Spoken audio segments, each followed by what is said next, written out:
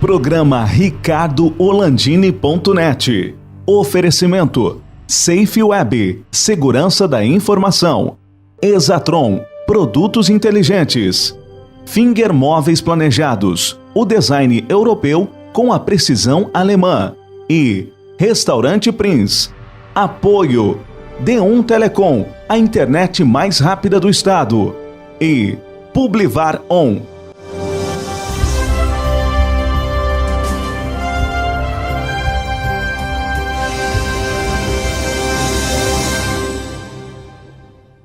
Alô, amigos, daqui a pouco está começando a reunião almoço de final de ano da ABINE, Associação Brasileira da Indústria Eletroeletrônica Regional do Rio Grande do Sul, aqui no Salão Windrose do Ritter Hotel em Porto Alegre. Muitas novidades, previsões do presidente Humberto Barbato para o ano que vem. Vamos também falar com o Regis Rauper, que é o diretor regional da ABINE, e ver essa questão que tanto interessa os empresários brasileiros, que é a questão do OMC, né? O OMC pegou no pé no Brasil e está deixando o governo numa situação muito difícil no que tange a exportação brasileira.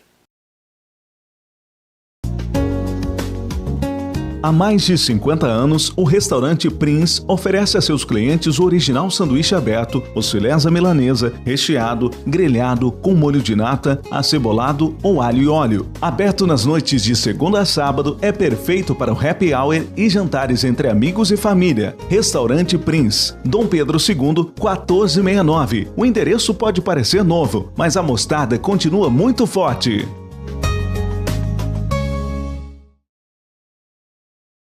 Conosco está o diretor regional da ABINE-RS, Regis Rauper, também o diretor-presidente da Exatron, uma empresa da eletroeletrônica aqui no Rio Grande do Sul.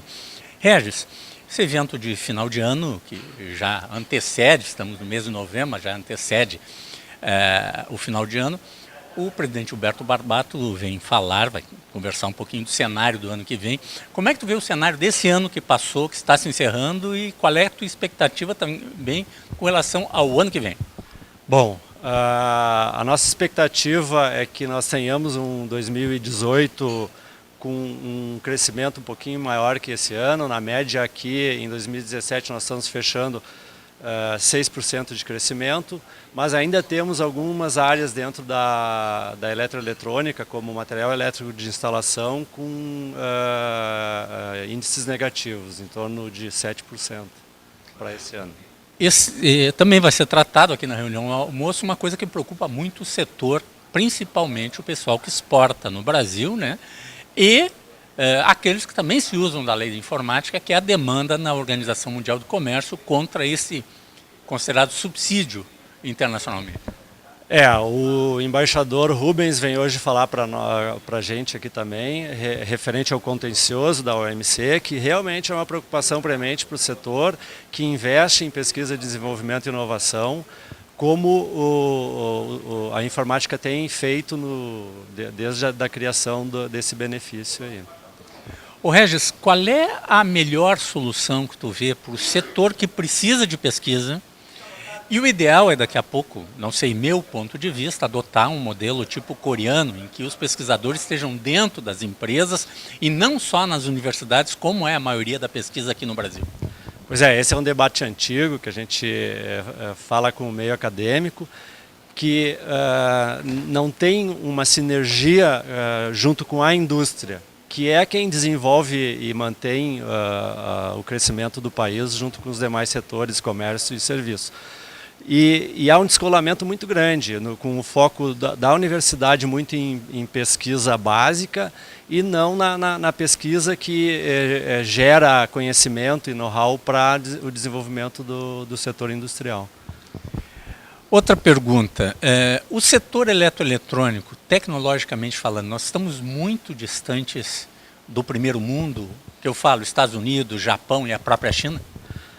O que nós temos visto nos últimos anos com o crescimento das tecnologias, principalmente no nosso setor, que demandam o desenvolvimento de todos os demais setores da economia, hoje nós já temos frente assim que lança determinada tecnologia em qualquer parte do mundo, o acesso a essa mesma tecnologia. O que nos difere aqui é o percentual que nós temos condições dessas empresas e indústrias investirem em pesquisa e desenvolvimento comparado com o que se faz lá fora. E também uma falta de incentivo por parte do governo para as empresas que desenvolvem tecnologia. Regis, tu falou o setor, um crescimento aí esperado de 6% em 2017. Mas eu não posso esquecer a Melissa, né? A Melissa disse, olha, tem que falar com o Regis para ele falar um pouquinho da Exatron. Como é que foi a Exatron 2016, 2017 e previsões para 2018? Pois é. A Exatron, nos últimos anos, nos últimos 3 anos, cresceu 30%, vem mantendo para os próximos 3 anos um índice superior a 20% ao ano, mas isso tudo de acordo com um planejamento estratégico, novas linhas de lançamento e prevendo a partir de 2018 uma alavancagem bastante forte nessa continuidade de crescimento. Tu pode falar alguma novidade da Exatron para 2018 para o mercado? Bom, nós viemos com basicamente 2 linhas, a linha elétrica que nós estamos lançando na condição de fabricante de interruptores, mas voltados para a automação. Então entra a nossa linha de automação residencial, que é a linha My House. Essa linha ela é um desenvolvimento que nós estamos fazendo a nível mundial, porque é uma tecnologia com protocolo aberto em todo o mundo, e a Exatron é uma das empresas no Brasil que está bem à frente desse desenvolvimento para lançar agora no início de janeiro. Para quem não sabe ou não percebe, mais ou menos que nem cano enterrado embaixo da terra, né? Muitas vezes as pessoas não veem o que existe, né? Mas quando acende uma luz em qualquer cidade do Brasil e quando apaga de manhã cedo, certamente tem algum produto da Exatron por trás. Nós somos líderes em automação de iluminação pública, com em torno de 33% de participação no mercado brasileiro, e em automação de sensores de presença também com 35% do mercado nacional. Então a Exatron é uma empresa líder em desenvolvimento de tecnologia nessa linha de produtos, automação predial, automação de iluminação pública e automação residencial. E quem quiser conhecer a linha de produtos da Exatron é www.exatron.com.br. Muita coisa interessante ali e você fica sabendo ali também as indicações onde pode comprar aí, que certamente numa ferragem, né, numa loja especializada perto da sua casa tem algum produto da Exatron, é isso, né? Com certeza, são 7.500 clientes que nós temos em todo o Brasil, pontos de venda. E é bem fácil de localizar e encontrar um produto da Exatron. E mais, né, dicas no site de como instalar, para que serve e como escolher o produto certo. Sem dúvida, o site é uma boa base para quem quer conhecer um pouquinho mais tecnicamente a linha de produtos. Acessando, tem várias dicas lá, e faltando alguma informação que a pessoa queira, também pode entrar em contato por e-mail com nós. Obrigado, Regis. Aqui em Porto Alegre, no salão Windrose do Ritter Hotel, mais uma vez está o presidente da ABINE, Associação Brasileira da Indústria Eletroeletrônica. Espero para trazer boas notícias, Humberto Barbato. Felizmente sim, a gente hoje volta aqui com um pouco mais de confiança, porque a própria sondagem que a ABINE faz com os associados demonstra que o nível de confiança de que esse ano já vai tem índices melhores do que o ano passado é efetivo, e que o ano que vem nós devemos ter um crescimento aí da ordem de 3 a 4%, o que nos deixa bem mais animados em relação a esse fim de ano, ao início do próximo ano. Então eu diria que das minhas vindas a Porto Alegre, essa é uma das vezes em que a gente, depois do cataclisma que nós sofremos aí em 2015, 2016, eu diria que é um momento muito positivo e a gente tem que celebrar sim. Até porque não é a minha opinião, não, é a opinião do associado da ABINE quando consultado. Pô, que bom, isso aí é uma boa informação, porque certamente a indústria eletroeletrônica, girando a roda mais uma vez, vai gerar e recuperar os empregos perdidos nesses 3, 4 anos para trás. Nós tivemos uma perda muito acentuada, né? Cerca de 60 mil empregos de 2015 para cá foram perdidos, empregos diretos. Entretanto, esse ano nós conseguimos já recuperar de abril para cá 3.500 postos de trabalho, o que é um número bastante expressivo. E felizmente, mês após mês, nós temos notado que não é que está havendo, esse mês houve uma subida e em seguida uma queda. Não, existe uma certa estabilidade crescente. Isso então nos permite fazer com que a gente seja mais otimista e perceba que em bens de consumo duráveis a indústria começa a se recuperar. O problema ainda está muito vinculado à infraestrutura, principalmente à infraestrutura elétrica, que até o momento não existe grandes projetos que permitam você imediatamente ter grandes demandas, ter grandes encomendas. Mas já houveram leilões que foram positivos, então eu acredito que para o ano que vem, o ano de 2018, a gente deve efetivamente já ter resultado desses leilões, resultados que vão dar repercussão dentro das nossas fábricas, se Deus quiser. Uma coisa interessante que o nosso telespectador tem que saber é que esse tipo de trabalhador da indústria eletroeletrônica ele é extremamente qualificado, né? Então, ele voltando para a ativa vai dar uma mexida também na economia lateral, né? Sem dúvida nenhuma. O nosso setor, ele felizmente, ele tem cerca de 30% a 40% é trabalhador de nível superior. Então o que acontece é o seguinte, você tem gente altamente qualificada e gente inteligente, que sabe como gastar, não são aquelas pessoas que gastam somente por impulso. Isso significa que nós devemos ter uma certa solidez na forma do crescimento. O setor eletroeletrônico, ele sempre, em termos de crescimento, em relação ao crescimento nacional, ele deve atingir cerca de 2 vezes o crescimento nacional. No ano em que o Brasil cresce 2, a gente deve crescer 4. E a nossa expectativa para o ano que vem, se você analisar todas as previsões que o próprio governo tem feito, isso nos permite, então, calcular que entre 4% a 5% pode ser o nosso crescimento no ano que vem, o que vai ser um fato muito importante. Além do que, com uma nova recuperação dos empregos, que é o que é necessário.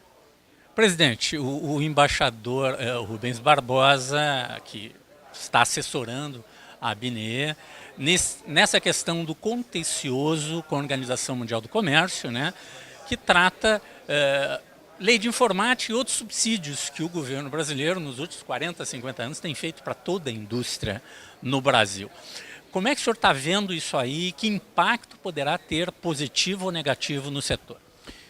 Bem, nós temos que avaliar da seguinte forma. A primeira parte do nosso trabalho, com a colaboração do embaixador Rubens Barbosa e também dos advogados do escritório Veirano, foi justamente nós podermos entender claramente, com muita clareza, qual era a reclamação da qual o Brasil foi alvo e que tipo de mudanças nós temos que fazer na legislação para que a gente possa continuar tendo uma política industrial. Isso já foi feito, isso hoje nós vamos ter oportunidade aqui nesse almoço de comentar as medidas que nós iremos propor em termos de alteração da legislação para que a gente possa estar perfeitamente dentro daquilo que a Organização Mundial do Comércio estabelece. Ao mesmo tempo, nós também temos um outro fronte, que é um fronte dificílimo, que é o fronte interno. Por quê? Porque o Brasil vive uma crise fiscal sem precedentes. E hoje qualquer tipo de desoneração tributária, o governo não olha muito se essa desoneração ela está ficando conosco ou se ela é repassada para o consumidor. No nosso caso, ela é integralmente repassada para o consumidor. O IPI que você não cobra em função da lei de informática, ele não fica no preço do produto, ele, pelo contrário, ele é retirado do preço do produto para poder ter um preço adequado ao consumidor. Então o que ocorre é o seguinte, nós temos que fazer uma avaliação com muito cuidado e sensibilizar a área econômica do governo, que tradicionalmente é contrária a qualquer política industrial. E principalmente num momento como esse de uma crise fiscal das dimensões que o Brasil vive. Então isso é o que está mais nos preocupando e o nosso trabalho então tem sido tanto aí no âmbito da OMC, como principalmente junto ao Congresso Nacional e junto ao Ministério da Ciência e Tecnologia, ao Ministério da Indústria e Comércio, para que a gente possa tentar manter minimamente os benefícios e não subsídios, mas as desonerações que são dadas ao produto em função do comprometimento com o PID. Afinal de contas, o nosso setor é aquele que mais investe em pesquisa e desenvolvimento justamente em função da lei de informática. Nenhum setor industrial aplica mais do que 2%, nós aplicamos 4%. Então isso é muito importante e isso a gente tem que frisar para as pessoas. Eu mesmo, a semana passada, estive na inauguração de um laboratório de prototipagem que a Smart montou com o Instituto Eldorado lá em Campinas, e esses investimentos pesados em semicondutores só acontecem em função da lei de informática. É isso que a gente tem que avaliar, isso é geração de emprego de qualidade. Isso é que faz o país ser menos dependente do exterior e muito mais autônomo. Essas coisas, elas não nascem do dia para a noite, elas têm 20, 25 anos de um intenso trabalho e de segurança jurídica que as empresas sentem para poder fazer esses investimentos. Então é dentro dessa linha que a gente vem trabalhando e eu espero conseguir sensibilizar a autoridade econômica também. Barbato, a última vez que conversamos, eu toquei num assunto que preocupa também o Brasil, é o nosso modelo de P&D, o nosso modelo de pesquisa e desenvolvimento, voltado, muito focado na pesquisa básica nas universidades, com papers, etc. e tal. E a indústria, vamos pegar a Coreia, mais de 90% dos pesquisadores estão dentro da indústria, estão trabalhando com a empresa, naquilo que a empresa quer, por isso são o que são.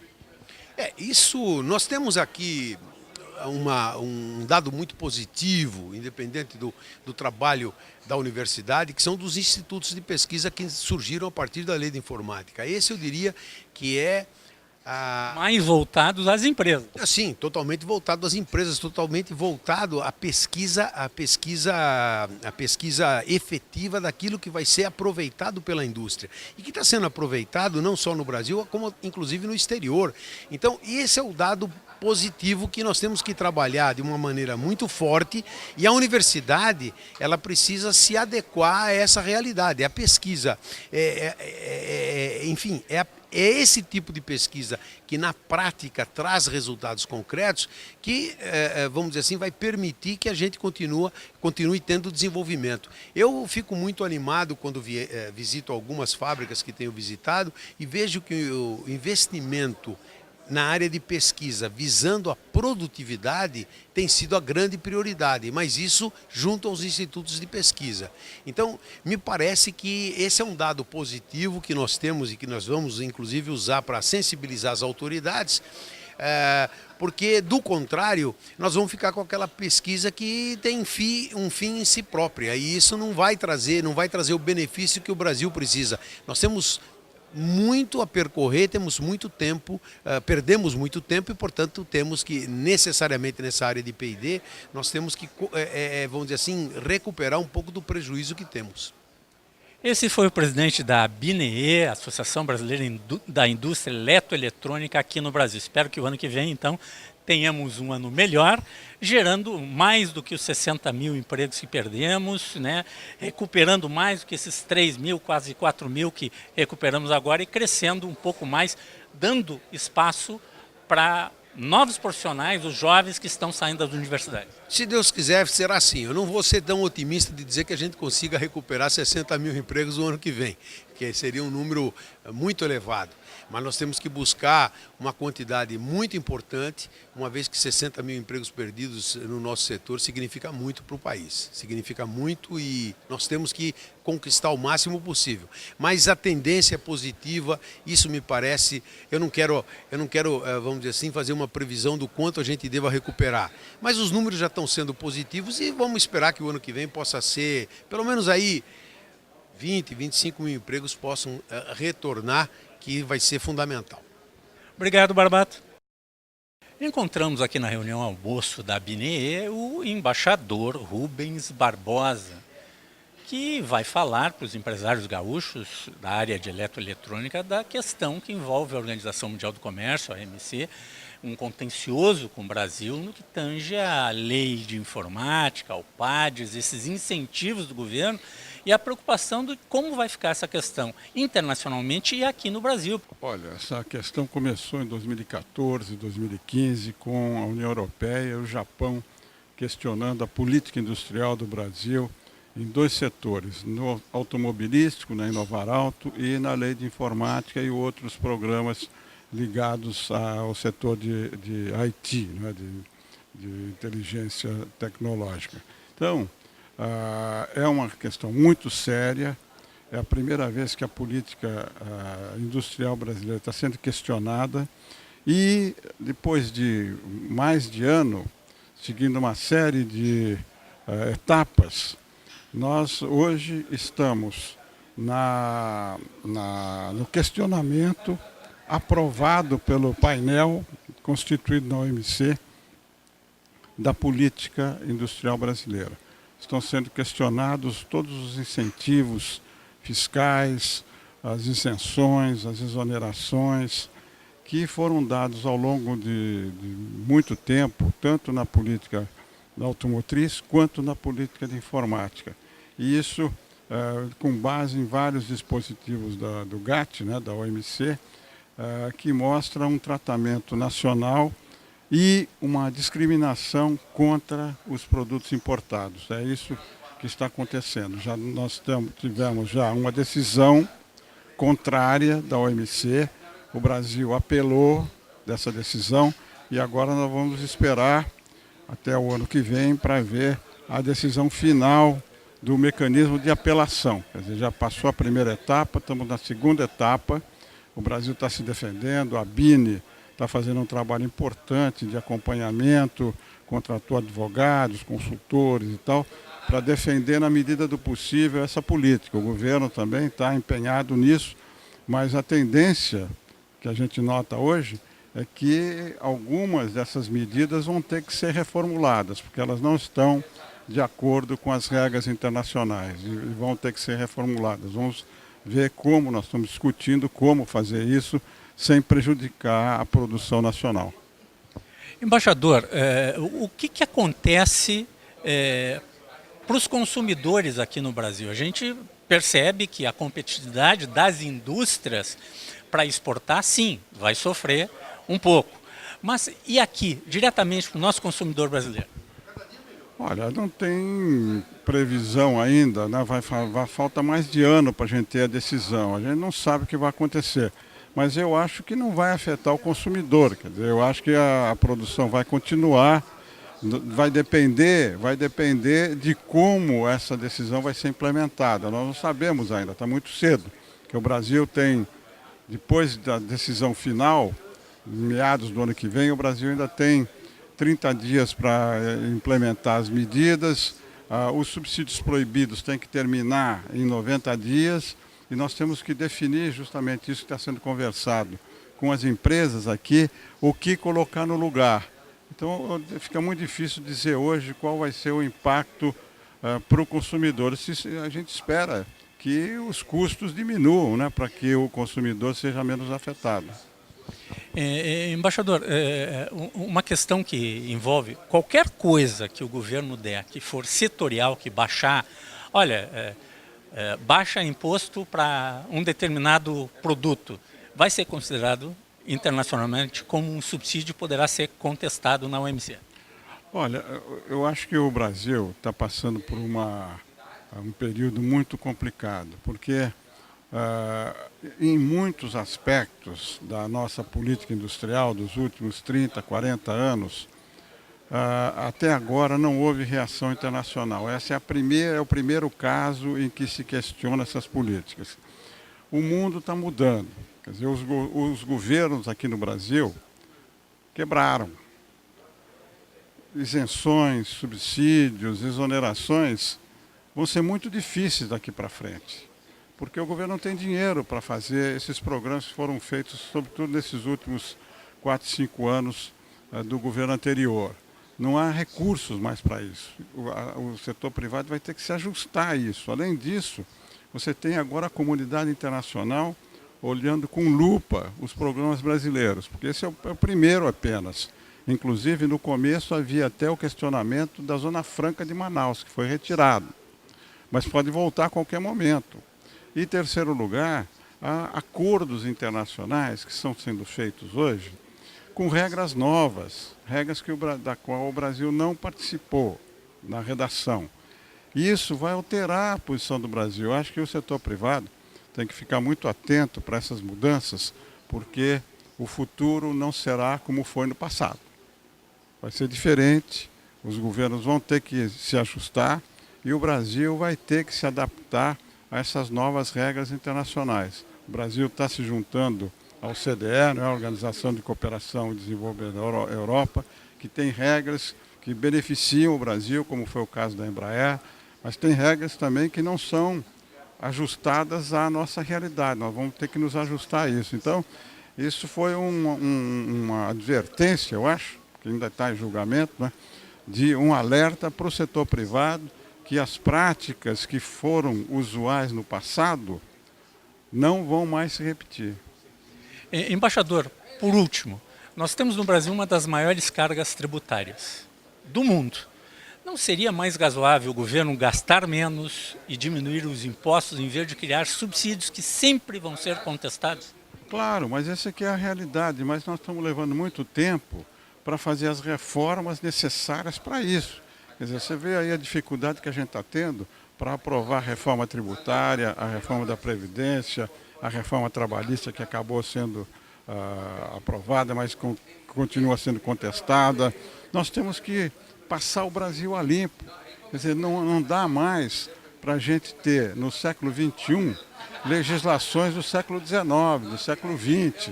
Nós temos que mudar, a gente tem que se atualizar, tem que mudar, inclusive, a percepção dos empresários, porque eu compreendo, os empresários se beneficiaram de políticas durante muitos anos sem ninguém contestar. Agora essas políticas estão sendo questionadas, não só porque o governo não tem dinheiro, como eu falei, como também a comunidade internacional está atenta para evitar discriminação contra produtos importados. Então nós temos que melhorar a competitividade através dessas reformas. Eu acho que a questão da competitividade é um dos principais problemas que o setor produtivo brasileiro enfrenta.